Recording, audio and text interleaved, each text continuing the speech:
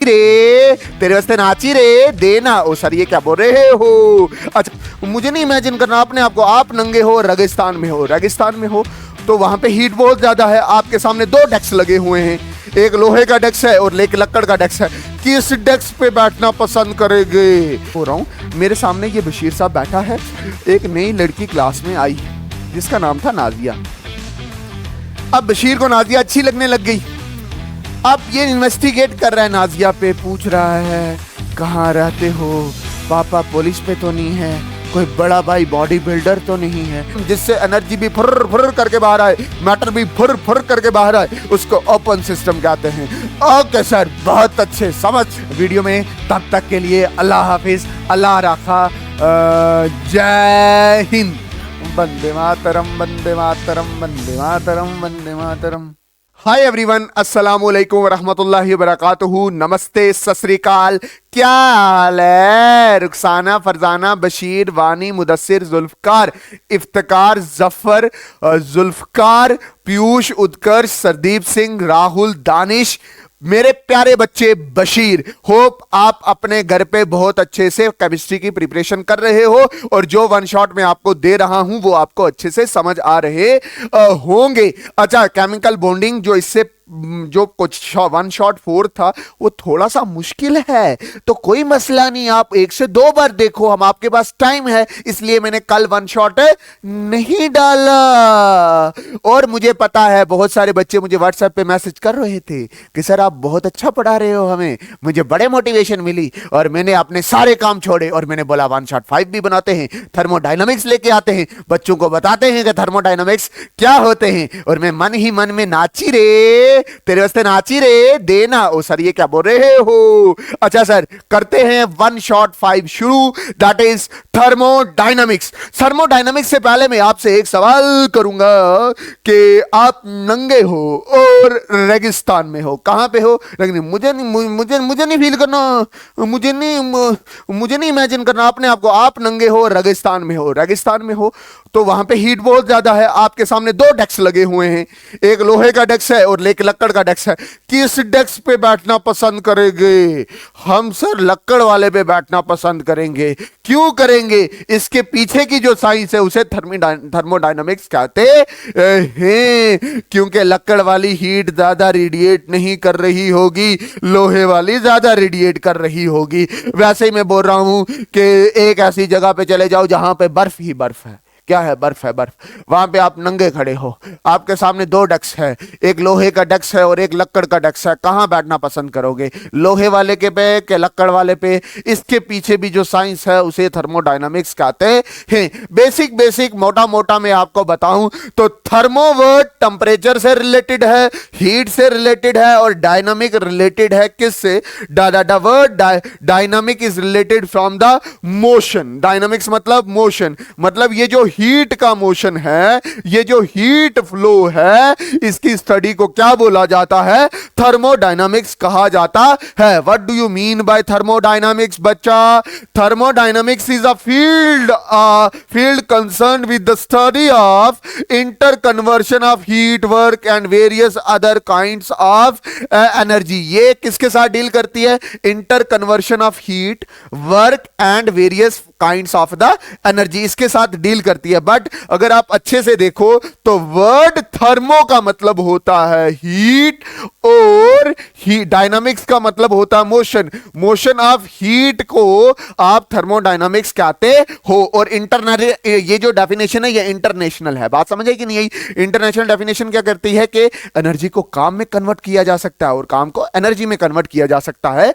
बशीर साहब okay sir जी, ये जो हीट का काम में कन्वर्ट होना, काम का अदर एनर्जी में कन्वर्ट होना, एनर्जी का हीट में कन्वर्ट होना, इसी को आप थर्मोडायनामिक्स कहते हो। अच्छा सर, अच्छा जी, ठीक। अच्छा, इसके बाद है थर्मोडायनामिक सिस्टम। थर्मोडायनामिक्स सिस्टम, मेरी बात ध्यान से समझना।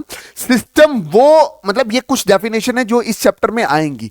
सिस्टम वो पार्ट है यूनिवर्स का जिस पे इन्वेस्टिगेशन होती है। जिस पे क्या होती है, इन्वेस्टिगेशन होती है, उसको बोलते हैं सिस्टम। मैं आपसे एक एग्जांपल दूंगा। मैं बोल रहा हूं, मेरे सामने ये बशीर साहब बैठा है, एक नई लड़की क्लास में आई जिसका नाम था नाजिया। अब बशीर को नाजिया अच्छी लगने लग गई।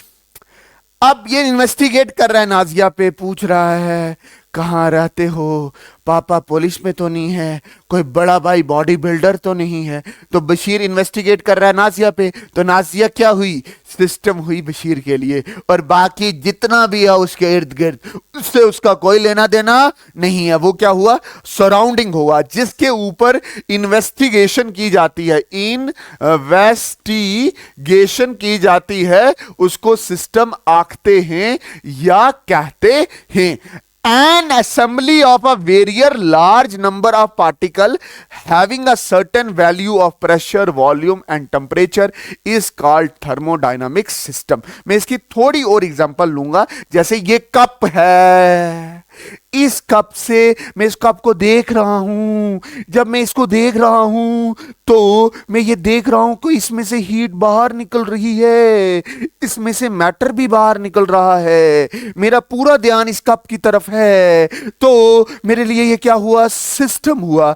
सिस्टम किस किस से बना होगा, कुछ कुछ पार्टिकल्स होंगे इसमें, उसका कुछ ना कुछ प्रेशर होगा, उसका कुछ ना कुछ वॉल्यूम होगा, और उसका कुछ ना कुछ टेम्परेचर होगा, उसको बोलेंगे सिस्टम। देख नाजिया क्या सिस्टम थी बशीर साहब के लिए, हाँ। क्या वो पार्टिकल से बनी हुई थी, हाँ। क्या उसका कोई वॉल्यूम था, हाँ। क्या उसके अंदर कोई प्रेशर था, हाँ था। क्या उसका कोई टेम्परेचर था, हाँ। ये सिस्टम के साथ सब सारी चीजें लिंक्ड होती हैं। ओके सर, अच्छा जी। सराउंडिंग, जो सिस्टम से अलावा बच गया उसको सराउंडिंग कहते हैं बशीर साहब।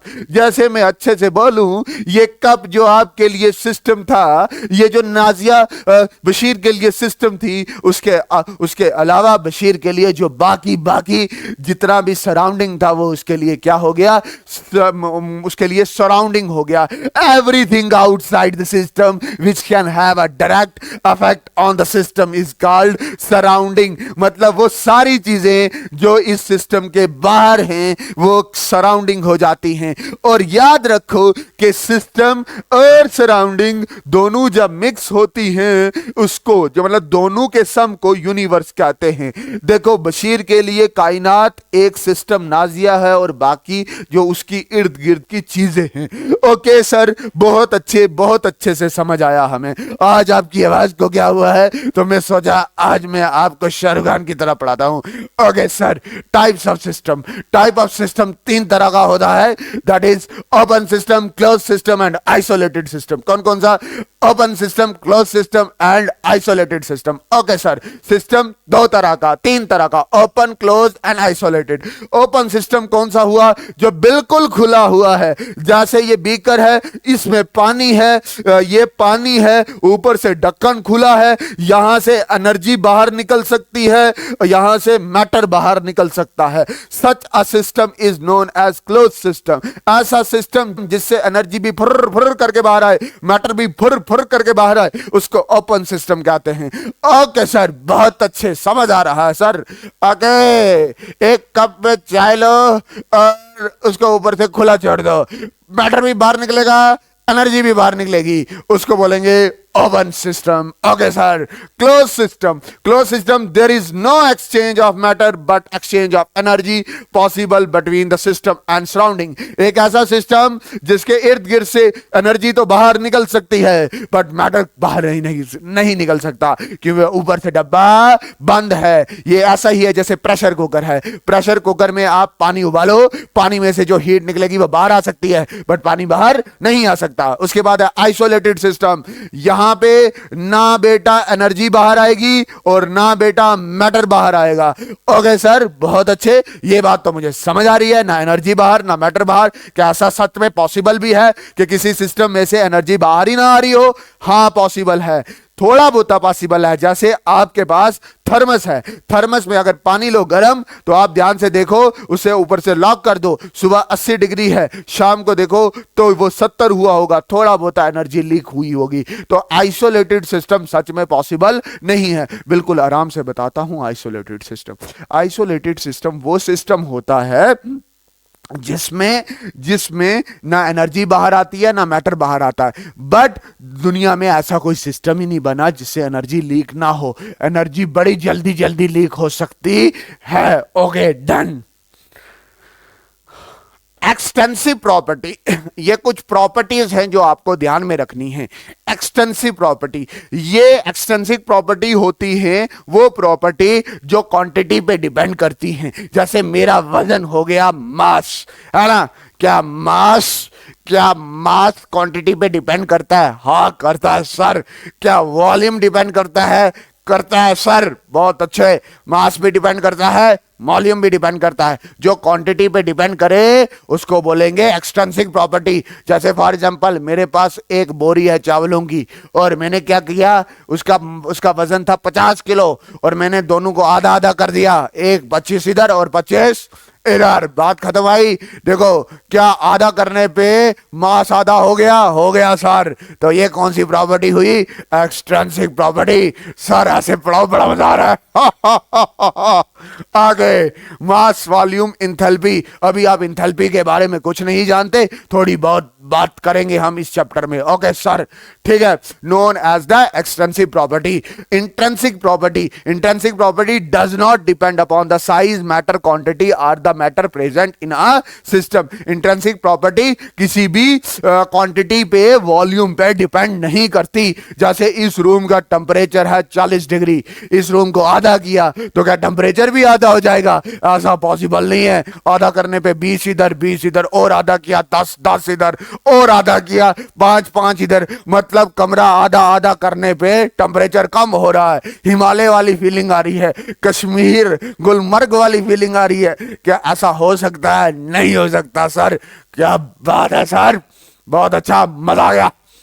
ठीक है। इंट्रिंसिक प्रॉपर्टी मास, वॉल्यूम पे डिपेंड नहीं करती। अच्छा, कुछ जैसे मैंने इंट्रिंसिक और एक्सट्रिंसिक प्रॉपर्टी बताई है, कुछ और प्रॉपर्टीज भी हैं जो आपने थर्मोडायनामिक्स पढ़ने से पहले ध्यान में रखनी है। कौन कौन सी प्रॉपर्टी है? जैसे प्रेशर हो गया, वॉल्यूम हो गया, प्रेशर हो गया, टेम्परेचर हो गया, वॉल्यूम हो गया, नंबर ऑफ मोल हो गया। आप प्रेशर के बारे में जानते हो, प्रेशर होता है फोर्स अपॉन एरिया, प्रेशर होता है फोर्स अपॉन एरिया। टेम्परेचर होता है कितना कोई चीज ठंडा है गर्म है। वॉल्यूम होता है कितनी जगह पे आ गई। नंबर ऑफ मोल्स का मतलब होता है कितने नंबर ऑफ पार्टिकल हैं। ठीक है, इन चीजों के बारे में पता है आपको। जो नई प्रॉपर्टीज आज आपने पढ़नी है वो है इंटरनल एनर्जी, वो है इंथैल्पी, वो है एंट्रोपी, वो है फ्री एनर्जी या गिब्स फ्री एनर्जी। ये चार चीजें आपने सीखनी है और आपका चैप्टर क्या हो जाएगा मेरे प्यारे बच्चे? खत्म हो जाएगा। ठीक। उसके बाद कुछ टाइप्स ऑफ प्रोसेस हैं जो जिसका मतलब जो छोटी छोटी बेसिक आपको आपका थर्मोडायनेमिक्स का बेसिक अच्छा कर देगा। That is types of process. ठीक है।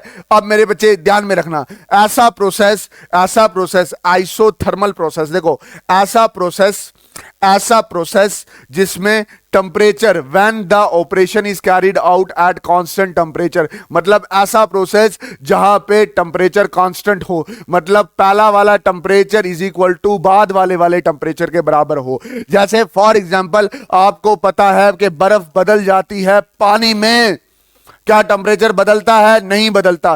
Such a process is known as isothermal process. The process is said to be isothermal. For the isothermal process delta T is equal to 0।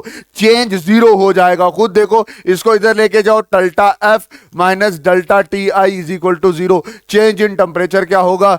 0 होगा। Delta T is change in temperature. Adiabatic process, ऐसा process जहां पे ना heat का loss हो ना gain हो, ऐसा कौन से सिस्टम में पॉसिबल है? That is isolated system. It is the process in which no transfer of heat, यहां पे कोई भी ट्रांसफर ऑफ हीट नहीं होती between system and surrounding take place. System और सराउंडिंग के बीच में कोई भी हीट एक्सचेंज नहीं होती। जैसे मैंने थर्मस के केस में बताया था कि थर्मस की हीट निकलती नहीं है, बट तब भी हीट एनर्जी है जो बहुत चालू चीज है, बहुत सक्सी चीज है, निकल जाती है। समझ आया कि नहीं आया?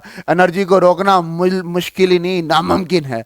Isobaric process, when the process is carried out at constant pressure. Constant pressure मतलब आपका प्रेशर कांस्टेंट रहेगा। Final pressure is equal to initial pressure, मतलब प्रेशर बदलेगा नहीं, गैस का प्रेशर नहीं बदलेगा। तो प्रेशर फाइनल ये उधर चला जाएगा, minus initial pressure is equal to zero. ये चेंज इन प्रेशर को बोलते हैं delta P is equal to zero. Delta का मतलब होता है change in pressure is equal to zero. Isochoric process, isochoric process वो होता है ऐसा प्रोसेस जिसमें वॉल्यूम क्या रहे? कांस्टेंट रहे। ऐसा प्रोसेस जिसमें क्या हो? वॉल्यूम कांस्टेंट हो, मतलब final volume is equal to initial volume. इसको उधर ले गए तो final volume minus initial volume is equal to zero, change in volume is equal to zero. Very good sir. Reversible process, इधर देखो, रिवर्सिबल प्रोसेस क्या होता है? वो प्रोसेस जो रिवर्स हो जाए उसको बोलते हैं रिवर्सिबल प्रोसेस। जैसे आप ध्यान से देखो तो क्या पानी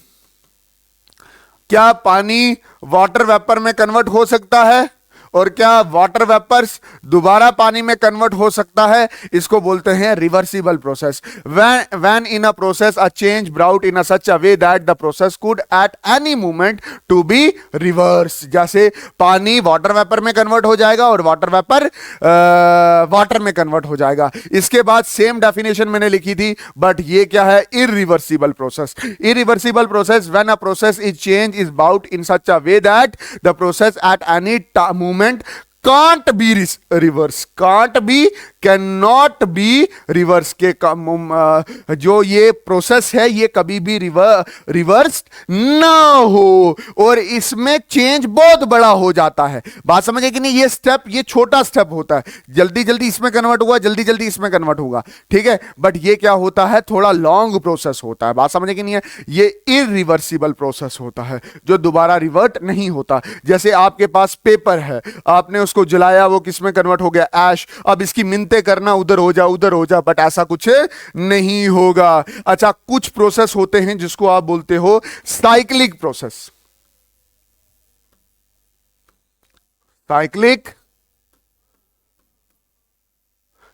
प्रोसेस क्या होता है? The cyclic process is defined as when the state of a gas change from one point to another point and then return to the same state। मतलब क्या हुआ इसमें? क्या होगा? ध्यान से देखना। क्या कि एक गैस है, ठीक है, आपने उसको कन्वर्ट किया लिक्विड में और फिर दोबारा आपने उसको उसी स्टेज में ले आए, तो इस प्रोसेस को बोलते हैं साइक्लिक प्रोसेस। इसको क्या बोलते हैं? Cyclic process. और यहां पे रास्ता अलग अलग था, एक में पाथ 1 यूज किया, पाथ 2 यूज किया, ठीक है, और ये रिवर्स ही हो गया, ठीक है। तो साइक्लिक प्रोसेस एक तरह का रिवर्सिबल ही प्रोसेस है, बट रिवर्सिबल में उसी रास्ते से वापस जाना होता है, बट साइक्लिक के केस में दूसरे रास्ते से वापस जाते हैं। ओके सर, अब आता ना इंटरनल एनर्जी, ये सीखना है, ये मैन पॉइंट है, इसी के इर्द गिर्द पूरा चैप्टर घूमता है। इसी के इर्द गिर्द क्या है? Internal energy. क्या है इंटरनल एनर्जी? क्या है इंटरनल एनर्जी? इंटरनल एनर्जी, ठीक है, देखो फॉर एग्जांपल ये आपके पास प्यारा सा बकेट है, ठीक, प्यारा सा बकेट है, तो इसके अंदर आपने क्या कर रखा है? इसके अंदर आपने गैस भर रखी है, ठीक है, अगर गैस भर रखी है तो यहां से बाहर निकल सकती है, तो ऊपर से आपने क्या कर दिया, लॉक कर दिया। ठीक, लॉक कर दिया। अब ध्यान से देखो, क्या ये गैस के मॉलिक्यूल मूव कर रहे होंगे ना, ये मूव कर रहे होंगे तो इनके पास एनर्जी होगी तभी मूव कर रहे हैं। तो इंटरनल एनर्जी क्या है, it is the sum of all the form of energy that a system can possess. मतलब सारी की सारी एनर्जी जो इस सिस्टम प्रोसेस कर सकता है, इस सिस्टम मतलब इसके हर एक पार्टिकल प्रोसेस कर सकता है, उसको क्या बोलेंगे, internal energy. In thermodynamics it is denoted by joule, it is denoted by u, which may change when, और ये बदलती है when heat is passed in or out of the system।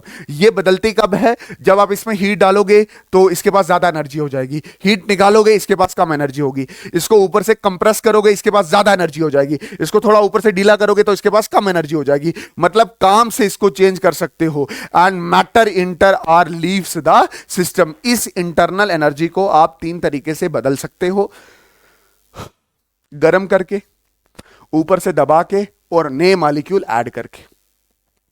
ठीक है, अच्छा एक चीज याद रख लेना, क्या मैं दोबारा बोल रहा हूं, छोड़ दो, नहीं बनना।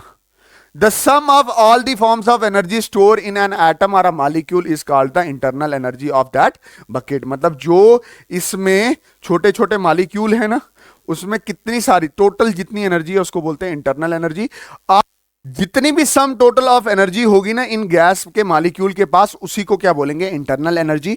और एग्जैक्ट वैल्यू यू की निकालना बहुत मुश्किल है, क्योंकि हमें क्या पता कि एक मॉलिक्यूल या 10 मॉलिक्यूल या हजारों मॉलिक्यूल के पास कितनी एनर्जी रहती होगी। हम क्या निकाल सकते हैं, that is change in internal energy निकाल सकते हैं। वो कैसे निकाल सकते हैं, इसकी बेहतरीन एग्जांपल मैं अभी आप देता हूं। जैसे फॉर एग्जांपल मैं बोल रहा हूं मेरे पास बहुत पैसा है, बहुत पैसा, ठीक है। अब आपको भी नहीं पता कितना पैसा है, मेरी गर्लफ्रेंड को भी पता नहीं है कितना पैसा है, बस मुझे पता है, और वो कैलकुलेट नहीं किया जा सकता, ठीक है, वो भी मैंने अंदाजा लगाया हुआ है।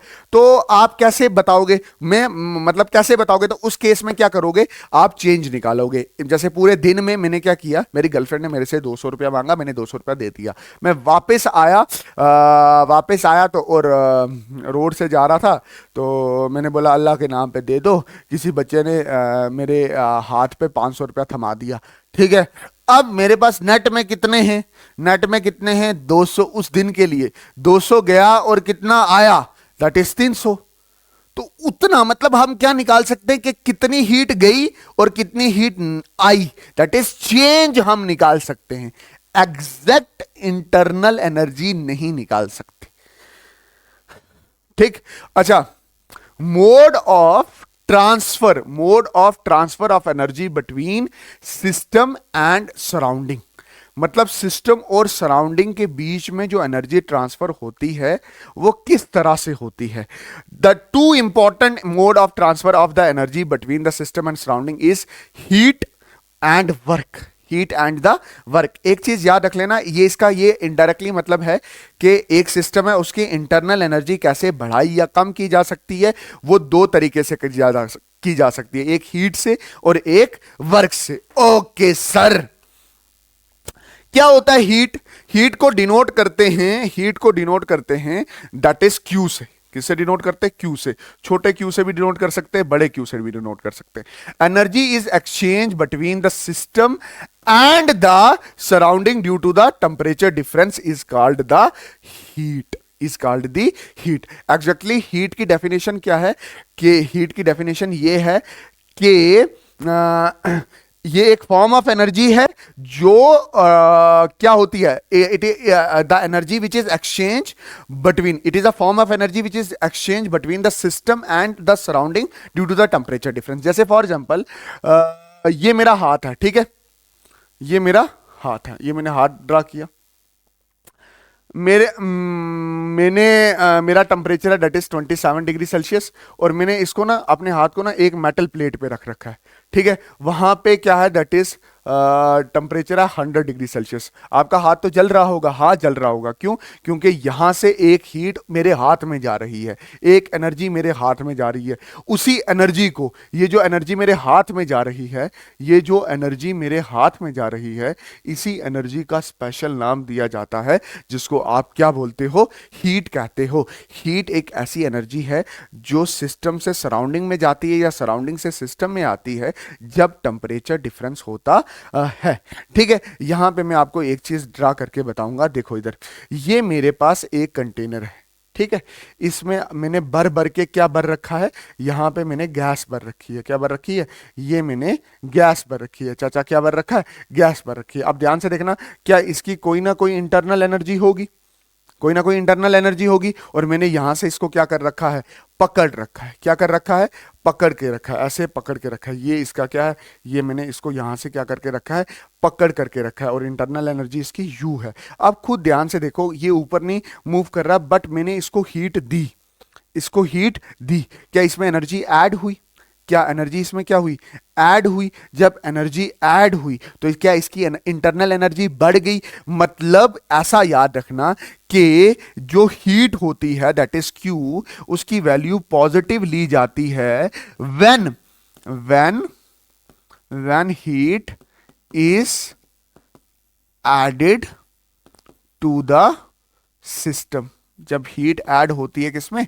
सिस्टम में। अच्छा, ये इधर क्यों ऐड हो रही है? क्योंकि इसका टेम्परेचर 5 डिग्री सेल्सियस होगा और इसका 90 डिग्री सेल्सियस होगा, तभी हीट हाई टेम्परेचर से लो टेम्परेचर में मूव कर सकती है। अच्छा देखो ध्यान से, ये मेरे पास कोई सिस्टम है, जो बाकी बच जाता है उसको क्या बोलते हैं? सराउंडिंग। ये सिस्टम के क्या हैं? मॉलिक्यूल हैं। और मैं बहुत अच्छे से बात करूं, ये मॉलिक्यूल हैं। अब हुआ क्या कि इसमें हीट जा रही थी, अगर इससे हीट निकले तो क्या इसकी इंटरनल एनर्जी कम हो जाएगी? तो मैं लिखूंगा इस केस में Q is taken as the negative when heat is lost from the system. जब हीट क्या होती है? सिस्टम से लॉस हो जाती है। ठीक है, तो Q की वैल्यू कब पॉजिटिव लेनी है, कब नेगेटिव लेनी है, बहुत अच्छे से मैंने समझा दिया। जैसे फॉर एग्जांपल मैं आपको बोल रहा हूं, आपने वो पोलो की टॉफी खाई होगी ना, है ना? पोलो आपने जुबान पे रखी, जैसे रखी, आपके जुबान पे ठंडा ठंडा महसूस हुआ, ठंडा ठंडा कोल कोल महसूस हुआ। पोलो की टॉफी रखी ना, ठंडा ठंडा महसूस, क्यों? क्योंकि आपकी जुबान ने हीट को लॉस किया। ठीक है, हीट को लॉस किया। जब भी कोई चीज हीट लॉस करती है तो वो ठंडा महसूस करती है। मतलब इस केस में ये गैस क्या हो रही है? कूल। इस केस में गैस क्या हो रही है? हीट अप हो रही है, हॉट हो रही है, सेक्सी हो रही है। ओ सर ज्यादा बोल रही हो अब। ठीक है, बात समझ आई कि नहीं आई? तो अगर हीट ऐड करोगे तो इसका टेम्परेचर बढ़ेगा, ये गर्म होगी गैस। ठीक है, अगर हीट तो ये ठंडी होगी। जैसे फॉर एग्जांपल आपने देखा होगा कि सुबह सुबह आप ठंडा पानी डालते हो तो आपको ठंडा क्यों फील होता है? क्योंकि आपकी बॉडी में से हीट निकल के बाहर आती है। यही चीज तो थर्मोडायनामिक्स है। ठीक, अच्छा, इंटरनल एनर्जी किसी भी सिस्टम का, जैसे सिस्टम का बढ़ाया जा सकता है with the help of work, with the help of work. We can also change internal energy of the system by work, by work. जैसे फॉर एग्जांपल मैं आपको बोल रहा हूं, ये आपके पास सिस्टम है, ठीक है, ये पिस्टन बोलते हैं इसको। ठीक है, इसको क्या बोलते हैं? पिस्टन। आपने कुछ नहीं किया, इस पिस्टन को नीचे किया, इस गैस को दबाया तो इसके मोशन को रोका, इसके मोशन को रोका। ठीक है, तो वर्क किस पे किया? Work done on the system किया। इसकी वजह से इसकी इंटरनल एनर्जी क्या कर गई? बढ़ गई। तो जब भी काम सिस्टम के ऊपर होगा तो उस काम को क्या लेंगे? पॉजिटिव लेंगे। बात समझ आई? क्योंकि वो काम सिस्टम के इंटरनल एनर्जी को बढ़ा रहा होगा। और अच्छा देखो, ये मेरे पास था गैस, ये मेरे पास क्या थी? ये मेरे पास क्या थी? गैस। तो हुआ क्या? ये गैस थी, ये पिस्टन लगा हुआ था, तो ये खुद ऊपर चलेगी, खुद ऊपर चलेगी। तो इसकी एनर्जी, इसके अंदर की एनर्जी क्या होगी? कम होगी। Work done by the system, by the system. ठीक है, तो ध्यान से देखो, तो ये खुद ऊपर चलेगा, इसकी इंटरनल एनर्जी क्या होगी? कम। तो इस केस में जो वर्क डन लोगे वो कैसा लोगे, नेगेटिव लोगे। मतलब देखो, internal energy of a system को किस तरह से बढ़ा सकते हैं, हीट दे के बढ़ा सकते हैं या उसके ऊपर काम करके बढ़ा सकते हैं। ठीक है, कम कैसे कर सकते हैं, उससे हीट निकाल सकते हैं, या वो सिस्टम काम कर रहा हो, अपने पिस्टन को खुद ब खुद क्या कर रहा हो, ऊपर कर रहा हो। ठीक है, ये साइन कन्वेंशन आप याद रखोगे। ये यहां पे लिखा हुआ था ना साइन कन्वेंशन। साइन कन्वेंशन मतलब आपको काम को कब पॉजिटिव लेना है और काम को कब नेगेटिव लेना है। ठीक है, बात समझ आई नहीं? अच्छा देखो, यहां पे एक रिलेशनशिप लिख सकते हैं आप, इधर देखना, मैं इसी को मैं बाद में बताऊंगा अच्छे से। फर्स्ट लॉ ऑफ थर्मोडायनामिक्स है ये आपके पास कंटेनर है, ये आपके पास क्या है, कंटेनर। ठीक है, इसके अंदर है इंटरनल एनर्जी। ठीक है, इसके अंदर क्या है, इंटरनल एनर्जी। वो इंटरनल एनर्जी किस तरह से बढ़ सकती है, एक इसको हीट दे के बढ़ सकती है और दूसरा इस पे काम करके बढ़ सकती है। बात समझ आई कि नहीं आई? This is the relationship between internal energy, heat and the work. Internal energy, heat and the work. हमें यह पता है कि आप चेंज इन इंटरनल एनर्जी ही निकाल सकते हो।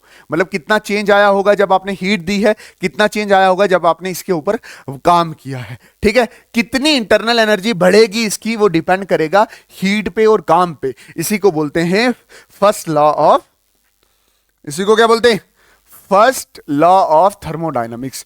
इसको बोलते हैं law of conservation of energy. के energy can neither be created nor be destroyed. Initial energy is equal to final energy. जो भी एनर्जी होगी वो ना लॉस होगी ना गेन होगी। ठीक है, energy can neither be created nor be destroyed but it can be transfer from one form to another form. It states that energy can neither be created nor be destroy, the energy of an isolated system is constant. ठीक है, और वो जो internal energy होगी वो heat और work पे क्या करती है, डिपेंड करती है। इसको मैं और अच्छे से बताऊंगा। बात समझ कि नहीं है? अब क्या है वर्क डन, वर्क को अच्छे से बताओ। देखो सुनो मेरी बात अच्छे से समझना। हमने फिजिक्स में वर्क पढ़ रखा है, हमने कोई टेंशन नहीं है, हमें फिजिक्स में वर्क पढ़ रखा है। वर्क एक्चुअली होता क्या, वर्क जो होता है वो फोर्स इनटू डिस्प्लेसमेंट होता है, ये इतना मुझे पता है। ठीक है, मैं यहां पे गैस का वर्क निकाल रहा हूं। किसका निकाल रहा हूं, गैस का वर्क निकाल रहा हूं। किसका निकाल रहा हूं, गैस पे। और मैं गैस पे काम कर रहा हूं, पे काम कर रहा हूं, मतलब इस पिस्टन को मैं ऐसे नीचे कर रहा हूं, तो कोई फोर्स लगा रहा हूं और ये पिस्टन थोड़ा सा नीचे भी हो रहा है। और कितना नीचे हो रहा है, दैट इज डी, नीचे भी हो रहा है, डी नीचे भी हो रहा है, नीचे हो रहा है। तो वर्क कितना आ गया, फोर्स इनटू डिस्प्लेसमेंट। अच्छा, मुझे ये पता है कि फोर्स की इतनी इंपॉर्टेंस नहीं होती केमिस्ट्री में, तो मुझे ये पता है pressure is equal to force upon area होता है। और जो फोर्स होगी उसको क्या लिखूंगा, प्रेशर इनटू एरिया। मतलब ये कितना प्रेशर इधर लग रहा है और ये इधर कितना एरिया है, दैट इज ए एरिया है। समझ आया कि नहीं आया? तो मैं अच्छे से लिखूं तो work done is equal to force, ध्यान से समझना, फोर्स और अच्छे से समझना, ये फोर्स को क्या लिखूंगा, force is equal to pressure into area. और डिस्प्लेसमेंट कितनी हुई है, दैट इज डी हुई है। कितनी हुई है, डी हुई है। तो work done is equal to, ये आ गया प्रेशर, एरिया इंटू डिस्प्लेसमेंट क्या होता है, वॉल्यूम होता है। और इसको और अच्छे से लिखूं तो ये जो वर्क डन होता है इसको ऐसे लिख सकते हैं, pressure into change in volume. ये वर्क डन अभी पॉजिटिव हुआ आया है, that is pressure into change in volume, क्योंकि काम सिस्टम के ऊपर हो रहा है। ठीक है, ये ऑन सिस्टम काम हो रहा है। ठीक है, यही वर्क डन नेगेटिव आएगा पी डेल्टा वी अगर बाय द सिस्टम काम हो, कि सिस्टम काम कर रहा हो और इसकी इंटरनल एनर्जी क्या हो जाएगी, कम हो जाएगी। बशीर साहब समझ आया कि नहीं आया? Okay sir, okay done. चले आगे। अच्छा, इसके बाद है work done by a isothermal process. ये वर्क डन कौन था, वर्क डन बाय द, समझना, work done by the isobaric process. Isobaric process बच्चा कौन सा होता है, जब प्रेशर क्या रहता है, जो हमारा प्रेशर रहता है वो क्या रहता है, कांस्टेंट रहता है। मतलब आपने यहां पे प्रेशर क्या रखा है, कांस्टेंट रखा है। ठीक है, अब मतलब हुआ क्या है कि अगर मैं पीवी ग्राफ रखूं ना, पीवी, तो इस केस में ये प्रेशर क्या रहेगा, कांस्टेंट रहेगा। ठीक है, अब देख, अब क्या है, work done by a process जहां पे टेम्परेचर कांस्टेंट है, isothermal process, that is temperature क्या है, यहां पे टेम्परेचर कांस्टेंट है। ठीक है, टेम्परेचर कांस्टेंट है, आपको इधर थोड़ा सा ध्यान रखना पड़ेगा, थोड़ी सी कुछ चीजें ऐड होने वाली हैं, क्योंकि इसमें एक इक्वेशन यूज होगी, PV is equal to NRT, PV is equal to NRT, which are ideal gas equation, जो चैप्टर नंबर 5 में हुआ करती थी, गैसियस स्टेट में हुआ करती थी, बट अब वो हमारे सिलेबस से निकल गई है। तो मुझे ये लगता है पर्सनली कि ये वाली डेरिवेशन आ नहीं सकती, बट मैं बोलूंगा कि डेरिवेशन करके जाना, कुछ पता नहीं है जेके बोस का। ठीक है, अच्छा, आपको इतना पता है कि वर्क डन जो है वो पी डेल्टा वी के बराबर होता है। ठीक है ना, और इस बार प्रेशर कांस्टेंट नहीं है, प्रेशर कांस्टेंट, छोटा वर्क डन में देखूं तो वो क्या होगा, दैट इज पी डीवी के बराबर है, ऐसे लिखूंगा ना। देखो, बड़ा work done change in volume बड़ा हो जाएगा, छोटा वर्क डन तो चेंज इन वॉल्यूम क्या होगा, छोटा होगा। मतलब आपने क्या किया है, ये आपके पास कंटेनर है, तो आपने जो प्रेशर लगाया है ना, उसकी वजह से जो पिस्टन ने वॉल्यूम चेंज की है, वो बिल्कुल पिद्दू सी वॉल्यूम चेंज की। ठीक है, और work done on the system हो रहा है, तो वर्क डन की वैल्यू क्या आने वाली है, पॉजिटिव आने वाली है। हमें पता है आइडियल गैस इक्वेशन से जो होता है, PV is equal to N R T होता है। तो अगर मैं प्रेशर को देखूं, प्रेशर को थोड़ा रिप्लेस करूं, तो ये होगा N R T upon V. तो मैं इस P की जगह ये लिख सकता हूं, ये लिख सकता हूं। ठीक है, तो D W is equal to N R T upon V D V. पूरा वर्क निकालने के लिए मैं क्या करूंगा, इंटीग्रेट करूंगा, क्या करूंगा, इंटीग्रेट करूंगा। देखो, इंटीग्रेशन डी डब्ल्यू, छोटा छोटा वर्क डन निकालूंगा तभी पूरा वर्क डन निकलेगा, इंटीग्रेशन इधर इस साइड भी integration, N R T upon V D V. और कहां से कहां तक इंटीग्रेट करना है, दैट इज V1 वॉल्यूम से V2 वॉल्यूम तक। कहां से इंटीग्रेट करना है, V1 से लेकर V2। ये टोटल वर्क डन आ जाएगा W, यहां पे जो कांस्टेंट है बाहर, एन आर टी बाहर, अंदर क्या बचा, 1/V D we integration V1 से लेकर V2 तक। अब देख, जो वर्क डन निकाल रहा हूं वो क्या है, that is N R T integration of 1/V dv। इसका आंसर देखो, इंटीग्रेशन ऑफ 1/V dv, इसका आंसर आता है नेचुरल लॉग v। तो ये मैंने लिखा नेचुरल लॉग v, और V1 से लेकर V2 से तक, V1 से लेकर V2 तक। ओके, इतनी बात क्लियर होगी। अब work done is equal to N R T upper limit, एक बार V में V2 डालो, ln V2 minus ln V1। ये मैथ्स के कुछ रूल हैं जो आपने करने होते हैं। Work done is equal to N R T log A minus log B, log A minus log B equal to ln A upon B. तो इसको कैसे लिखेंगे, ln V2 अपॉन V1। और एक चीज पता है मुझे कि जो नेचुरल लॉग है वो 2.303 लॉग टू द बेस क्या है, 10 है। तो इसको भी मैं रिप्लेस कर सकता हूं, इसको भी मैं रिप्लेस कर सकता हूं। कैसे लिखूंगा, work done is equal to N R T, इसको क्या लिखूंगा, 2.303 natural log V2 upon V1। इस पूरे को हटा के आगे ले आओ, work done is equal to 2.303 N R T log V2 upon V1। अच्छा, क्या ये वर्क डन पॉजिटिव आया है, हाँ पॉजिटिव आया। वो पॉजिटिव क्यों आया, क्योंकि ऑन द सिस्टम है, ऑन द सिस्टम, इसके ऑन द सिस्टम वॉल्यूम को क्या कर रहा है, कम कर रहा है, और इसकी इंटरनल एनर्जी को क्या कर रहा है, बढ़ा रहा है। अगर आप ग्राफ देखो तो आपको पता है प्रेशर है, वॉल्यूम है। ठीक है, तो ध्यान से देखो, आप प्रेशर को बढ़ा रहे हो और वॉल्यूम को क्या कर रहे हो, कम कर रहे हो। और ऐसा ग्राफ कैसा कब देखते हैं, दैट इज आइसोथर्मल प्रोसेस में। ठीक है, देखो वॉल्यूम देखो बड़ा है, V2 से वॉल्यूम क्या होगी, V1 हो गई। ठीक है, और प्रेशर बड़ा होगा तभी, तो ये क्या हुआ, that is compression of the gas हुई है। होप आपको work done by the isotherm thermal process बहुत अच्छे से समझ आया होगा। फर्स्ट लॉ ऑफ थर्मोडायनामिक्स में आपको समझा चुका हूं कि कोई भी सिस्टम है, ये बीकर है ना, कोई भी सिस्टम है जैसे ये बीकर है, ठीक, इसकी जो इंटरनल एनर्जी है वो किस पे डिपेंड करेगी, हीट पे डिपेंड करेगी और वर्क डन पे डिपेंड करेगी।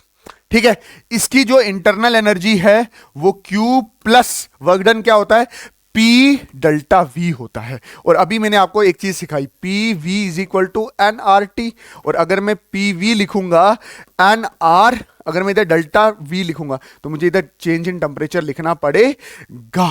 तो मैं रिप्लेस कैसे कर सकता हूं, change in energy is equal to Q plus NR delta T। अच्छा, एक चीज और ध्यान में रखना, क्या चीज ध्यान में रखना, कि first law of thermodynamics is based upon the law of conservation of energy. Energy can neither be created nor be destroyed but it can be transfer from one form to another form. मतलब जो भी energy आप दोगे, चाहे heat की शक्ल में दी चाहे काम की शक्ल में दी, ठीक है, वो उसकी इंटरनल एनर्जी बढ़ाएगा। अब आता है इंथैल्पी। अब इंथैल्पी आपने कभी सुना नहीं है, तो इंथैल्पी क्या होता है कि ये एनर्जी ही होती है बट एक मोल सब्सटेंस की। मतलब आपने, ये बॉटल है, इस बॉटल में आपने पानी डाल रखा है, उसको गर्म कर रखा है अच्छे से, और ये कितना है, 1 मोल है। तो इस 1 मोल पानी में कितनी हीट कंटेंट है, कितना हीट कंटेंट है, उसी को क्या बोलते हैं, enthalpy.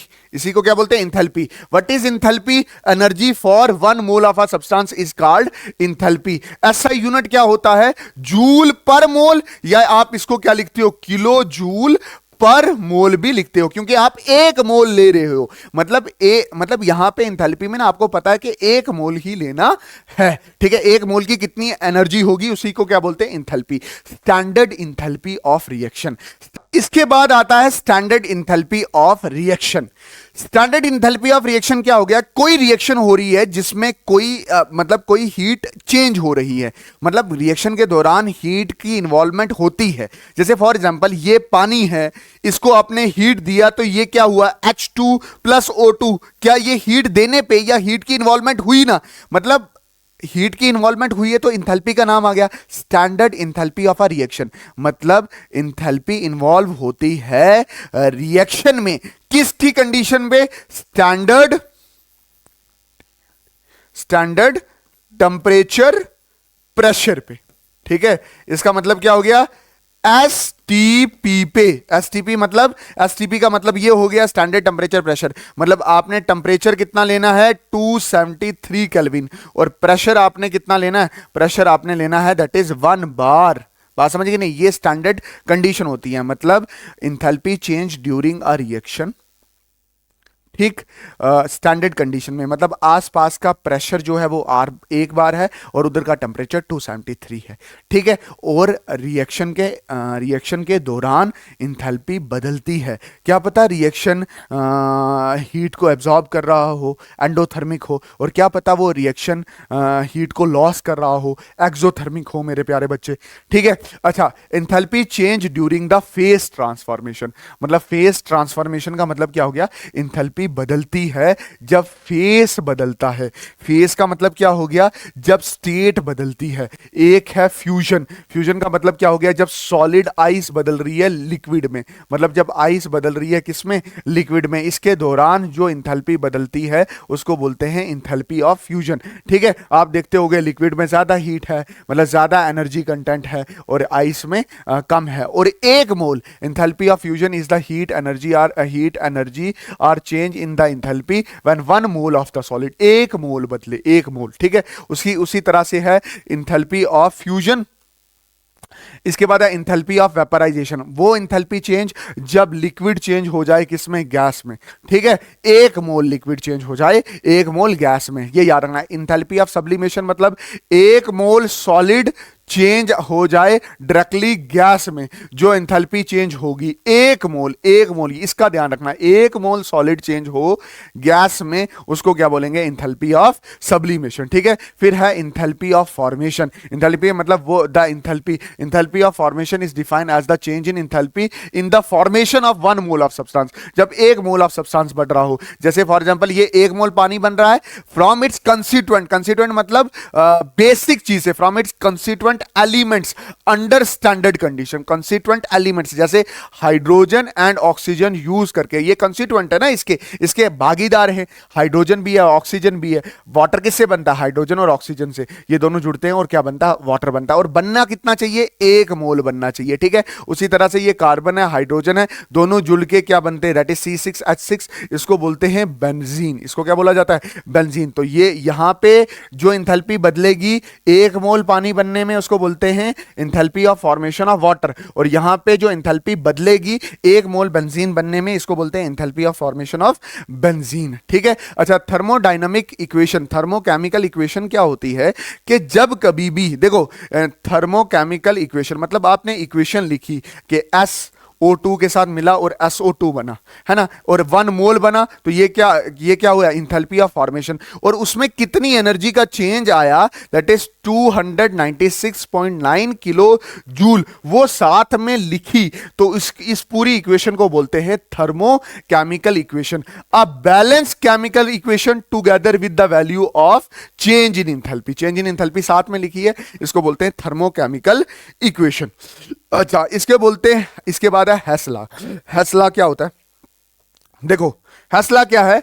Net enthalpy change for a process depend only on initial and final state. मतलब देखो, ये ए से बना डी, ए से बना, चेंज इन इंथैल्पी क्या हुई? डेल्टा एच चेंज हुआ। मतलब यहां पे कुछ और हीट थी, यहां जाके कुछ और हीट होगी। मतलब इससे ये 1 मोल बना, इधर कुछ और हीट कंटेंट था, इधर कुछ और हीट कंटेंट हुआ, तो दोनों को माइनस किया तो चेंज इन इंथैल्पी। वो बोलता है चेंज इन इंथैल्पी रास्ते पे डिपेंड नहीं करता, वो इनिशियल और फाइनल पॉइंट पे डिपेंड करता है। चाहे ये वाला रास्ता हो, चाहे ये ए पहले बी बने, फिर बी से सी बने, और फिर सी से डी बने, आमिना से बबीता बने, बबीता से चुन्नू बने, और चुन्नू से डॉली बने। और इस स्टेज में अगर हीट चेंज हुआ डेल्टा H1, इधर हुआ डेल्टा H2, और इधर हुआ डेल्टा H3। तो हेसला क्या बोलता है कि ये जो हीट एंथैल्पी है that is delta H is equal to delta H1 plus delta H2 plus delta H3 के बराबर होगा। An reaction totally independent to the path for which the reaction is taken place। वो रास्ते पे depend नहीं करता, जो हीट चेंज होती है वो इनिशियल और फाइनल पॉइंट पे डिपेंड करती है। तो जो पहले रास्ते पे हीट चेंज हुई होगी वो बाकी सब रास्तों की हीट चेंज के क्या होगा? बराबर होगा। ओके, इसके बाद आती है entropy. What do you mean bye entropy? Entropy को डिनोट करते हैं एस से। किसे डिनोट करते हैं? एस से। और चेंज इन एंट्रोपी को डिनोट करते हैं डेल्टा एस से। और ये होती क्या है? एंट्रोपी का मतलब होता है degree of randomness of a particle of a system, कि कोई भी सिस्टम कितना रैंडमली अरेंज है उसको बोलते हैं उसकी एंट्रोपी। जैसे फॉर एग्जांपल, आप ध्यान से देखा होगा, आप सुबह सुबह असेंबली में खड़े होते तो बिल्कुल डिसिप्लिन के साथ ऑर्डर में खड़े होते हैं ना, है ना। जैसे रिसेस होती है या छुट्टी होती है तो डिसऑर्डर होता है। वो जो डिसऑर्डरनेस होती है ना, उसको क्या बोला जाता है? दैट इज एंट्रोपी या रैंडमनेस, डिसऑर्डर। आप ध्यान से देखा होगा कि अगर आप सॉलिड देखते हो, कोई भी सॉलिड देखते हो, तो उसके कंस्टिट्यूएंट पार्टिकल ना बिल्कुल अरेंज होते हैं, है ना, बिल्कुल अरेंजमेंट में है ना। और जब आप गैस के देखते हो तो वो रैंडमली अरेंज होते हैं। तो किसकी एंट्रोपी ज्यादा होगी? गैस का जो एस होगा वो ज्यादा होगा सॉलिड से, ठीक है। और जो चेंज इन एंट्रोपी होता है वो किसके बराबर होता है? Heat divided by temperature. Heat divided by, जब जैसे हीट बढ़ाओगे एंट्रोपी क्या करती है? बढ़ती है एट पर्टिकुलर टेम्परेचर। यहां पे टेम्परेचर को कांस्टेंट लेना पड़ता है। तो याद रखना, जैसे ही आप सॉलिड को गर्म करोगे ना, तो वो कन्वर्ट होगा पहले लिक्विड में फिर गैस में। तो किसकी रैंडमनेस ज्यादा हुई? लिक्विड की सॉलिड से ज्यादा है और गैस की लिक्विड से ज्यादा है। ये बात ध्यान में रखना। ऐसा यूनिट ऑफ एंट्रोपी क्या होती है? जूल पर केल्विन, जूल पर केल्विन। जर्नल यूनिट कौन सी लेंगे? किलो जूल लेंगे। किलो जूल का मतलब, किलो जूल क्यों लेंगे? किलो जूल इसलिए लेंगे क्योंकि ज्यादा हीट होती है, क्वांटिटी की हीट कम नहीं है, ज्यादा है। जूल पर केल्विन लेंगे, ठीक है। अच्छा, यहां पे थोड़ा ऐसे बताना, जो पानी को बॉयल करो तो उसकी एंट्रोपी क्या करती है? बढ़ती है, ठीक है। अब एंट्रोपी कहां कम होती है उसका जवाब भी आप मुझे एक एक आंसर आप मुझे कमेंट सेक्शन में दोगे, ताकि मुझे भी पता चले कि आप मेरी वीडियोस को अच्छे से ध्यान से सुनते हो और आपके कंसेप्ट क्लियर हो रहे हैं। देखो, formation of water using gas H2 and O2। अब ध्यान से देखो, इधर इधर समझना ध्यान से। ये मेरे पास गैस है H2, ये भी मेरे पास क्या है? O2 गैस है। जब इसको जोड़ा तो क्या बना? पानी बना। जब पानी बना तो पानी क्या लिक्विड है? क्या ये दोनों गैस थी? गैस से लिक्विड जाने में ये रैंडमली अरेंज है, ये रैंडमली इतना अरेंज नहीं है, तो यहां पे एंट्रोपी क्या हुई होगी? एंट्रोपी क्या है? कम हुई है। कम हुई है, या क्या बोलोगे? एंट्रोपी डिक्रीज हुई है, ठीक है। इस तरह से है gives free energy. Gives free energy को डिनोट करते हैं बशीर साहब जी फॉर गुलनवाज, और चेंज को डिनोट करते हैं डेल्टा जी से। गिव्स फ्री एनर्जी क्या होती है? गिव्स फ्री एनर्जी होती है द अमाउंट ऑफ एनर्जी या amount of free energy which is useful for work, जिससे आप काम करोगे। और हमेशा याद रखना, आप जब काम करते हो तो वो काम खुद ब खुद होता है और आपकी बॉडी की जो एनर्जी होती है कम होती है, ये याद रख लेना। आपकी वजह से, फॉर एग्जांपल मैं ग्राउंड के चक्कर लगा रहा हूं, तो किसकी एनर्जी की वजह से लगा रहा हूं? अपनी एनर्जी की वजह से। 6वें चक्कर में आके गिर गया, तो मेरे से आके किसी ने पूछा क्या आपकी एनर्जी खत्म होगी? तो मैं क्या बोलूंगा? नहीं खत्म हुई, क्योंकि मेरे पास और भी बहुत सारी एनर्जी है, ठीक है, जिससे मैं शायद दौड़ नहीं सकता, बट बोल तो पा रहा हूं, मूवमेंट तो कर रहा हूं, हाथ की ऐसे हाई तो कर सकता हूं, अस्सलाम वालेकुम भी तो कर सकता हूं। तो मैं आपको कहना यह चाहता हूं कि सिस्टम की एनर्जी, उसका वो हिस्सा जो काम करने में मदद करता है, उसको बोलते हैं गिव्स फ्री एनर्जी। और जब वो सिस्टम काम करता है तो वो खुद ब खुद काम होता है, उसकी वजह से सिस्टम की एनर्जी कम हो जाती है, ठीक है। Energy of a system which can be convert in the form of useful work is called the free energy. देने वाला गिव्स फ्री था, इसलिए इसको क्या बोलते हैं? Gives free energy. और बात ध्यान से समझो, जो गिव्स फ्री एनर्जी है, जो गिव्स फ्री एनर्जी है, सुनना, ये गिव्स फ्री एनर्जी है, वो टोटल एनर्जी, ये काम है ना, काम टोटल एनर्जी में से आप एंट्रोपी वाली एनर्जी को क्या कर लोगे? माइनस कर लोगे। समझ आया कि नहीं है क्या? देखो, जो काम करेगा सिस्टम, वो कौन सी एनर्जी से करेगा? इंटरनल एनर्जी और एंट्रोपी की एनर्जी से जो बच जाएगी। जैसे टोटल एनर्जी है, उसमें से एंट्रोपी वाली एनर्जी, रैंडमनेस वाली एनर्जी को हटा दो, जो बाकी वाली एनर्जी होगी उससे क्या करेगा? काम करेगा, ठीक है। डेल्टा जी वैसे लिखा, डेल्टा एच। अब एंट्रोपी वाली एनर्जी को कैसे लिखते हैं? देखो, delta S entropy is equal to entropy की एनर्जी डिवाइडेड बाई टी। अगर मैं डेल्टा एच एस लिखूं is equal to delta S into T लिखूंगा, तो डेल्टा एस इंटू टी को मैं किसकी जगह लिख सकता हूं? इसकी जगह। तो मेरे पास एक एनर्जी, एक इक्वेशन आएगी गिव्स फ्री एनर्जी की, that is delta G is equal to delta H minus T delta S. इसको बोलते हैं हेंस बोल्ट्स इक्वेशन। बात समझे कि नहीं आई? और नीचे आपकी बुक में भी गिव्स फ्री की एनर्जी की एक इक्वेशन दे रखी है आपकी बुक की, ये आपने सिंपली याद रखनी है, that is delta G is equal to minus 2.303। R universal gas constant है, टी टेंपरेचर है, ये लॉग है, और केसी इक्विलिब्रियम कांस्टेंट है, जो अगले वन शॉट में मैं आपको अच्छे से पढ़ाने वाला हूं। कोई आर पूछे, कोई क्या पूछे? सर आर क्या होता है? तो आप आर के लिए क्या लिखोगे? आप लिखोगे ये जो आर होता है, ये यूनिवर्सल गैस कांस्टेंट होता है, और इसकी वैल्यू आप कमेंट करोगे कि इसकी क्या वैल्यू होती है। ओके सर, आगे क्या पढ़ना है? आगे आपने पढ़ना है that is spontaneous and non spontaneous process. Spontaneous and non spontaneous process क्या है? स्पॉन्टेनियस प्रोसेस, स्पॉन्टेनियस प्रोसेस वो प्रोसेस होते हैं जो खुद ब खुद होते हैं। Spontaneous process are the process जो खुद ब खुद होते हैं, उनको बोलते हैं स्पॉन्टेनियस प्रोसेस।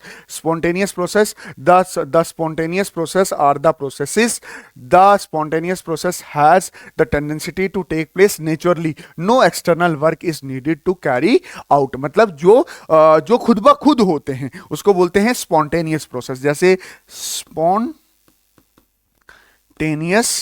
प्रोसेस, ठीक है। जैसे आपने देखा होगा सिलेंडर पे पानी होता है ना, लेंटर पे पानी होता है, लेंटर पे क्या होता है?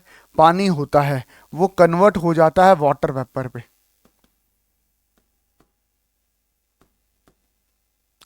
ठीक है। वो किस में कन्वर्ट हो जाता है? तो ये खुद ब खुद हुआ। तो खुद ब खुद होने पे एंट्रोपी क्या करती है? एंट्रोपी मतलब डेल्टा एस की वैल्यू क्या होती है? पॉजिटिव होती है। देखो यहां पे रैंडमनेस कम थी, बट यहां पे रैंडमनेस बहुत ज्यादा है। सर और एंथैल्पी के बारे में बताओ। एंथैल्पी के बारे में बताते हैं।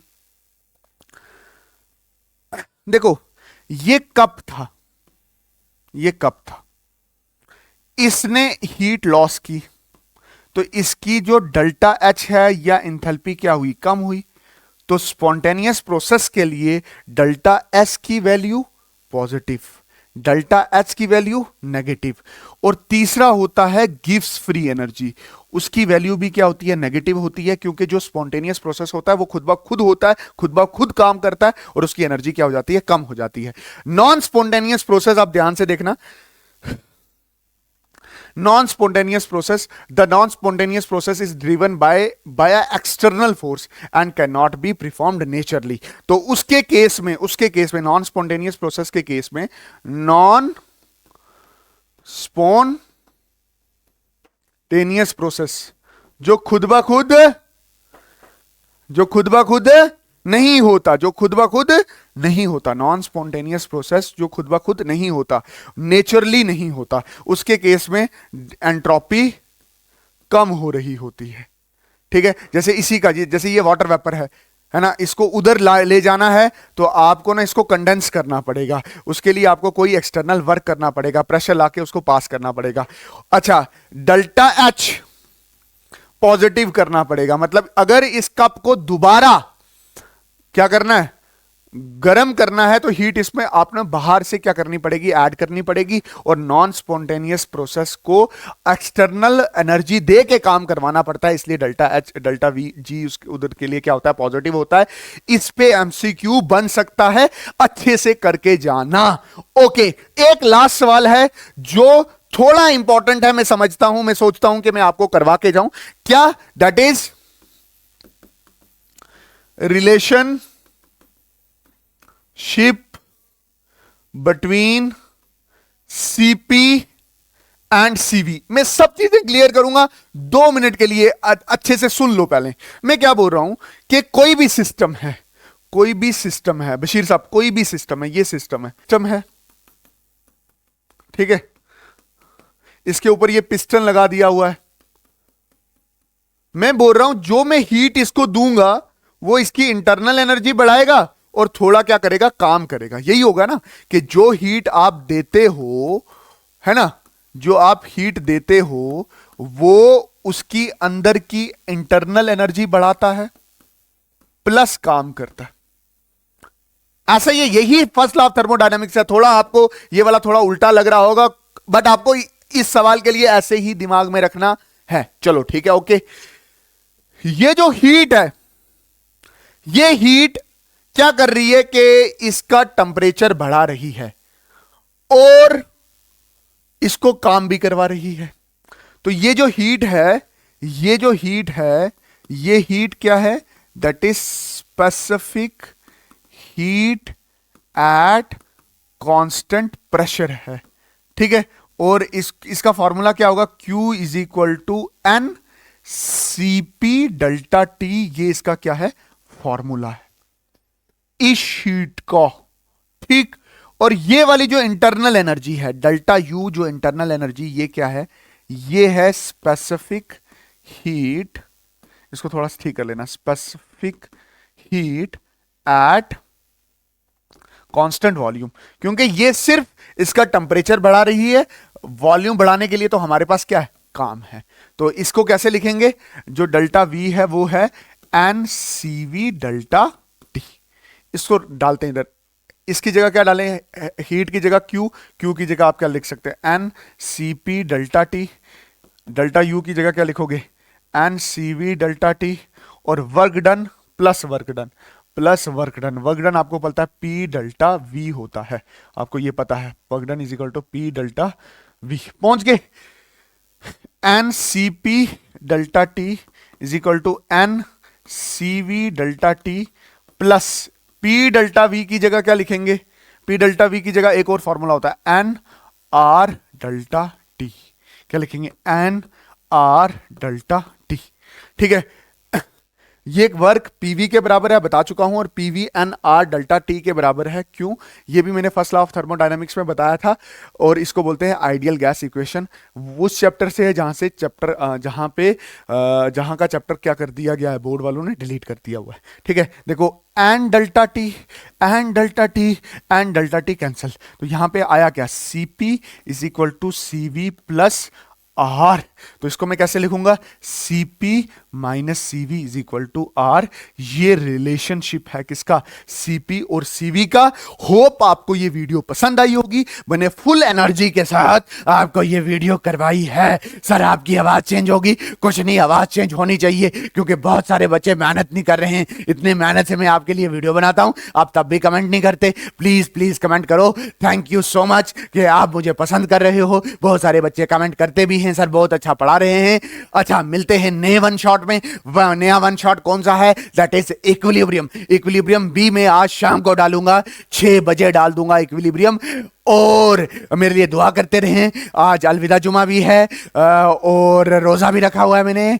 और मिलते हैं किसी नई वीडियो में, तब तक के लिए अल्लाह हाफिज, अल्लाह राखा, जय हिंद। वंदे मातरम, वंदे मातरम, वंदे मातरम, वंदे मातरम।